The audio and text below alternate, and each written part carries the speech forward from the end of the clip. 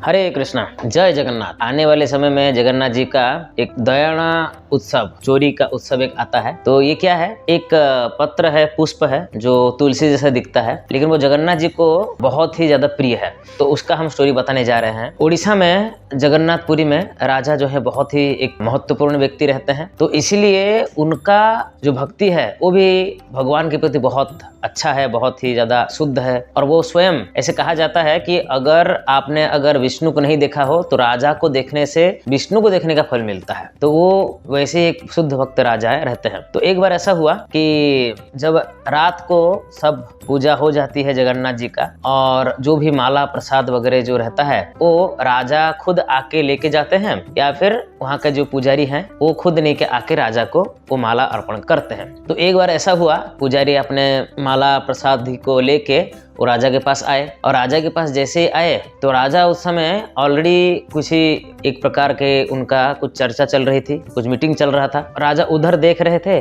और इधर वो पुजारी आके पहुंच गए पीछे की तरफ से, और आके जैसे ही मंत्री ने उनको देखा और कहा कि महाराज जी आपके लिए उपहार आया है। राजा तो बिजी थे अपने बातें करने में, तो उन्होंने गलती से अपने जो लेफ्ट हैंड है बाएं हाथ नीचे आगे बढ़ा दिया गिफ्ट को प्राप्त करने के लिए। तो तुरंत नीचे जैसे ही वो ऐसा करते हैं, अब वो जो पंडा थे वो भी थोड़े कंफ्यूज हो गए कि इसको मेरे को हाथ में देना चाहिए कि नहीं देना चाहिए, क्योंकि महाप्रसाद है और बाएं हाथ से कैसे लिया जा सकता है। तो लेकिन राजा है, अगर नहीं दिया तो वो भी एक अपराध होगा। तो इसीलिए पंडा थे, उन्होंने तुरंत हाथ में उसको रख दिया। जैसे ही हाथ में उसको रख दिया और राजा ने देखा तो राजा डर गए, उनका पूरा नशा ही उतर गया, और देखा कि स्वयं जगन्नाथ जी का महाप्रसाद मैंने ये क्या किया, मैंने इसको बाएं हाथ में लिया, ये तो बहुत बड़ा पाप है। तो फिर बाद में वो क्षमा मांगते हैं और अपने गुरुजनों को बुलाते हैं और कहते हैं कि अगर कोई व्यक्ति ऐसे महाप्रसाद को अपमान सूचक बाएं हाथ में पकड़ता है तो उसका क्या दंड होना चाहिए, और मैं राजा हूं, अगर मैं नहीं करूंगा तो प्रजा भी वैसा ही हो जाएगा। इसलिए धर्म के हिसाब से इसका दंड क्या है मेरे को बताइए। तो फिर शास्त्रों के हिसाब से देखा गया, उन्होंने बताया कि जिस हाथ में जगन्नाथ जी का महाप्रसाद को उन्होंने ग्रहण किया उस हाथ को काटना पड़ेगा। सुन के राजा ने कहा ठीक है, मेरा एक हाथ काट दिया जाए। लेकिन कोई भी व्यक्ति महाराज जी के हाथ को काटने के लिए राजी नहीं हुआ। तो फिर मंत्री ने कहा कि महाराज देखिए, ऐसे कभी कभी छोटी सी गलती हो जाती है, लेकिन उसके वजह से नहीं कि हमको ऐसे नहीं करना चाहिए,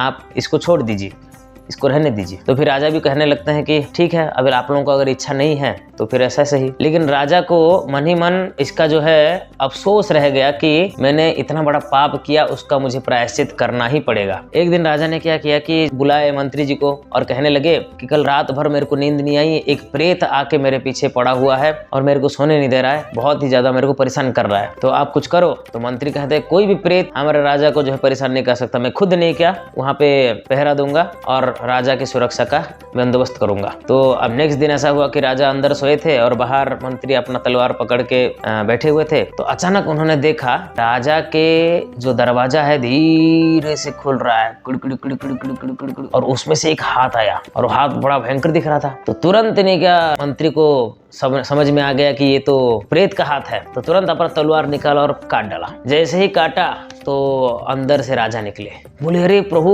मैंने ये क्या किया। तो फिर ये राजा का ही एक प्रकार का एक एक्टिंग था या फिर एक अभिनय था कि अपने हाथ को काटने के लिए कोई रेडी नहीं हो रहा था, इसलिए उन्होंने ऐसा कुछ व्यवस्था की जिसके वजह से वो हाथ कोई काटे। तो इसीलिए मैं आपके ऊपर प्रसन्न हूँ कि आपने मेरा हाथ काटा। तो ये कह के राजा बोलते हैं कि ठीक है, अभी उनका जो भी है बैंडेज उन्होंने कर दिया। लेकिन वो हाथ जो गिर गया था उस हाथ को लेके जगन्नाथ वल्लभ गार्डन, उनका ही जो जगन्नाथ जी का जो राजा जी का जो गार्डन है उस बगीचे में जाके उसको मिट्टी के अंदर दफना दिया। तो अब ऐसा हुआ कि कुछ दिन के बाद उसी जगह से एक पेड़ निकला, और वो पेड़ का जो पत्ता और उसका फूल बहुत ही ज्यादा सुगंधित था। तो राजा एक बार बगीचे में घूमते घूमते उन्होंने देखा, जगन्नाथ वल्लभ गार्डन या बगीचा बोलते हैं उसको, तो घूमते घूमते देखा कि एक बहुत सुंदर पेड़ है और बहुत ज्यादा सुगंध है। तो वो सुगंध सूंघने के बाद उन्होंने सोचा कि जगन्नाथ जी को देना चाहिए। लेकिन फिर बाद में उन्होंने सोचने लगे कि कोई भी पेड़ नहीं, क्या हम जगन्नाथ जी को नहीं दे सकते, क्योंकि जगन्नाथ जी को कौन सा फूल लगाना चाहिए, कौन सा पत्ते लगाना चाहिए, वो शास्त्र के हिसाब से ही होता है, इसलिए हम कोई भी एडिशनल नहीं कर सकते। तो उन्होंने मन में उसको रख दिया। लेकिन तुरंत जगन्नाथ जी ने उसको नोट किया, और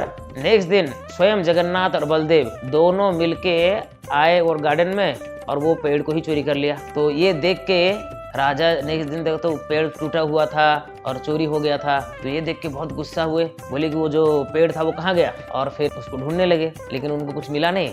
लेकिन उधर जगन्नाथ जी के माला में, पुष्प माला में वो फूल और वो पत्ते का मिला, और जैसे ही कोई व्यक्ति आके जबरदस्ती से हाथ में रख दिया है, इस तरह से दिखना। तो सब जितने भी ब्राह्मण थे, सब ब्राह्मण लोग ने आके कंप्लेन की कि कौन है जो ये पुष्प आके दे दिया, ये पत्ता ला के दे दिया, ये अवैदिक है, इसको हम नहीं लगाना चाहिए। तो बाद में पता चला वो जो जगन्नाथ वल्लभ गार्डन में जहाँ पे राजा का हाथ था, वहीं से भी वो टूटा हुआ था। राजा को पता चला, तो अब माली के ऊपर शक हुआ कि ये माली ही नहीं, ये पत्ते को तोड़ के नहीं जगन्नाथ मंदिर पहुंचाया होगा। तो तुरंत नहीं के आदेश दिया राजा ने कि माली को जेल के अंदर डाल दिया जाए। बेचारा माली बोला, मैंने कुछ नहीं जानता प्रभु, मेरे को क्षमा करो, मैंने कुछ नहीं किया।